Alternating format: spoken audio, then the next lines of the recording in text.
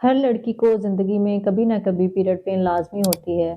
तो आज की इस वीडियो में हम डिस्कस करेंगे कि पीरियड पेन क्यों होती है, इसकी क्या टाइप्स हैं, वो कौन-सी अलामात हैं कि जिनकी वज़ह से हमें अपनी डॉक्टर को लाज़मी चेक करवाना है और कुछ घरेलू टोटके कि जिनको करने से पीरियड पेन रिलीव हो सकती है और इसके अलावा मेडिकली हम इसको कैसे ट्रीट कर सकते हैं।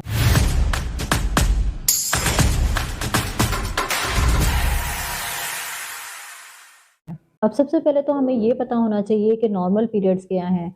अगर किसी लड़की का साइकिल 21 से 35 दिन का है और 2 से 8 दिन तक उसको पीरियड्स रहते हैं और 35 से 50 ml तक ब्लीडिंग होती है और इसमें खून के लोथड़े और जमा हुआ खून भी नहीं आता और बहुत ज़्यादा पेनफुल भी नहीं है, तो आपके पीरियड्स नॉर्मल हैं। इसी तरह 2 पीरियड्स के दरमियान भी ब्लीडिंग नहीं होनी चाहिए, जिसे मेडिकली हम इंटरमेंस्ट्रुअल ब्लीडिंग कहते हैं और सेक्सुअल इंटरकोर्स के बाद भी ब्लीडिंग नहीं होनी चाहिए, जिसे हम मेडिकली पोस्ट कोइटल ब्लीडिंग कहते हैं। और अगर किसी औरत के पीरियड्स एक दफ़ा रुक गए हैं, तो उसके बाद भी उसको ब्लीडिंग नहीं होनी चाहिए, जिसे हम पोस्ट मेनोपॉज़ल ब्लीडिंग कहते हैं। अब माहवारी के दौरान पेट के निचले हिस्से में जो दर्द होती है, इसे मेडिकली हम डिस्मेनोरिया कहते हैं। अब ये पेन होती क्यों है?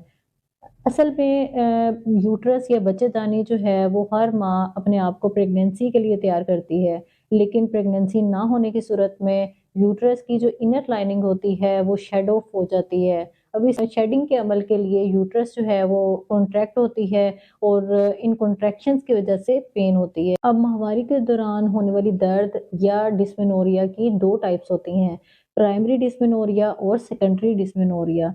प्राइमरी डिस्मेनोरिया की कोई ख़ास वजह नहीं होती, लेकिन अगर किसी बीमारी या पैथोलॉजी की वजह से डिस्मेनोरिया हो रहा है, तो इसे हम सेकेंडरी डिस्मेनोरिया कहते हैं। अब इसकी रीज़न्स क्या हो सकती हैं? अगर किसी औरत को कोई जेनिटल इन्फेक्शन है, जिसे मेडिकली हम पीआईडी या पेल्विक इन्फ्लेमेटरी डिज़ीज़ भी कहते हैं, तो इसमें औरत को डर्टी वेजाइनल डिस्चार्ज भी हो सकता है और सेक्सुअल इंटरकोर्स के बाद भी पेन हो सकती है और इसी तरह पेनफुल पीरियड्स भी हो सकते हैं। अब दूसरी कॉमन रीज़न जो है वो है एंडोमेट्रियोसिस। अब नॉर्मली बच्चेदानी की जो इनर लाइनिंग है वो शेड ऑफ हो जाती है और ब्लीडिंग स्टार्ट हो जाती है। लेकिन अगर बच्चेदानी की इनर लाइनिंग जो है वो बच्चेदानी से बाहर आ जाए, जो कि ज़्यादातर ओवरी या ट्यूब्स के ऊपर आ जाती है, तो जो बच्चेदानी की इनर लाइनिंग है वो तो शेड ऑफ होके उसके लिए तो रास्ता है बाहर निकलने का, वो बाहर निकल आएगी। लेकिन जो बच्चेदानी के अलावा कहीं प्रेज़ेंट है तो वो उसके लिए कोई रास्ता नहीं है, तो वो ब्लीडिंग वहीं होगी और वहीं क्लॉट बन जाएगा और हर महीने शदीद पेन की वजह बनेगा। और कभी ऐसे भी होता है कि बच्चेदानी की वॉल के अंदर ब्लीडिंग होती है, मतलब कि बच्चेदानी की जो मसल लेयर है उसके अंदर ब्लीडिंग होती है, जिसे हम मेडिकली एडिनोमायोसिस कहते हैं। अब इसके अलावा जो पेनफुल पीरियड्स की वजह हो सकते हैं वो है यूट्राइन फाइब्राइड्स या बच्चेदानी की रसोलियाँ। तो इस सूरत में भी पेनफुल पीरियड्स हो सकते हैं। और कुछ नेचुरल रेमेडीज़ हैं कि जिनको करने से आप पेन में रिलीफ फ़ील कर सकती हैं, लाइक हीटिंग पैड या हॉट वाटर बॉटल यूज़ करें और पेट के निचले हिस्से में जो है वो किसी भी एसेंशियल ऑयल या मस्टर्ड ऑयल से मसाज करवा सकती हैं और अपनी हाइड्रेशन को बेहतर रखें, नीम गर्म पानी पिएँ और नीम गर्म पानी पीने से आपके पेल्विक मसल्स की ब्लड सप्लाई जो है वो इंक्रीज़ हो जाती है और पेल्विक मसल्स जो हैं वो रिलैक्स हो जाते हैं, जिसकी वजह से पेन जो है वो रिलीव हो जाती है। इसके अलावा आप दालचीनी, अदरक, सौंफ और अजवाइन का कहवा भी पी सकते हैं, इससे भी काफ़ी पीरियड पेन को रिलीफ मिल सकती है। और हल्दी दूध भी इस्तेमाल किया जा सकता है। अब हल्दी में जो है वो एंटी इन्फ्लेमेटरी प्रॉपर्टीज़ होती हैं, जिसकी वजह से पेन को काफ़ी हद तक रिलीफ मिलती है। रेस्ट करें, अपनी नींद पूरी करें और स्ट्रेस फ्री रहें। स्ट्रेस भी एक बहुत बड़ा फैक्टर है हार्मोनल इम्बैलेंस का, जिसकी वजह से पेनफुल पीरियड्स हो सकते हैं, तो स्ट्रेस फ्री रहें और अगर इन सारी रेमेडीज़ से आपको फ़र्क नहीं पड़ रहा, तो बेहतर है कि आप कोई basic pain killer like Brufen या पैरासिटामोल भी यूज़ कर सकती हैं। इसके अलावा मैग्नीशियम बेस्ड सप्लीमेंट्स या मैग्नीशियम रिच फूड जो होती है, वो भी आपकी पीरियड पेन में बहुत ज़्यादा हेल्पफुल है।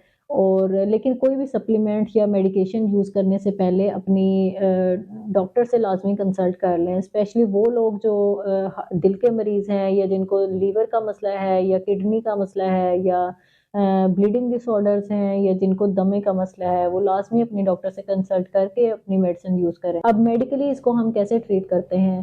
ओपीडी में जब हमारे पास कोई पेशेंट आता है और ये कंप्लेन करता है, तो सबसे पहले तो हम एज़ अ डॉक्टर उसका मैनुअल एग्ज़ामिनेशन करते हैं। उसके बाद हम कुछ इन्वेस्टिगेशंस हैं जो उसको एडवाइस करते हैं, लाइक पेल्विक अल्ट्रासाउंड, कुछ ब्लड टेस्ट होते हैं जो हम करवाते हैं। इसके अलावा कभी-कभार एमआरआई भी करवाते हैं।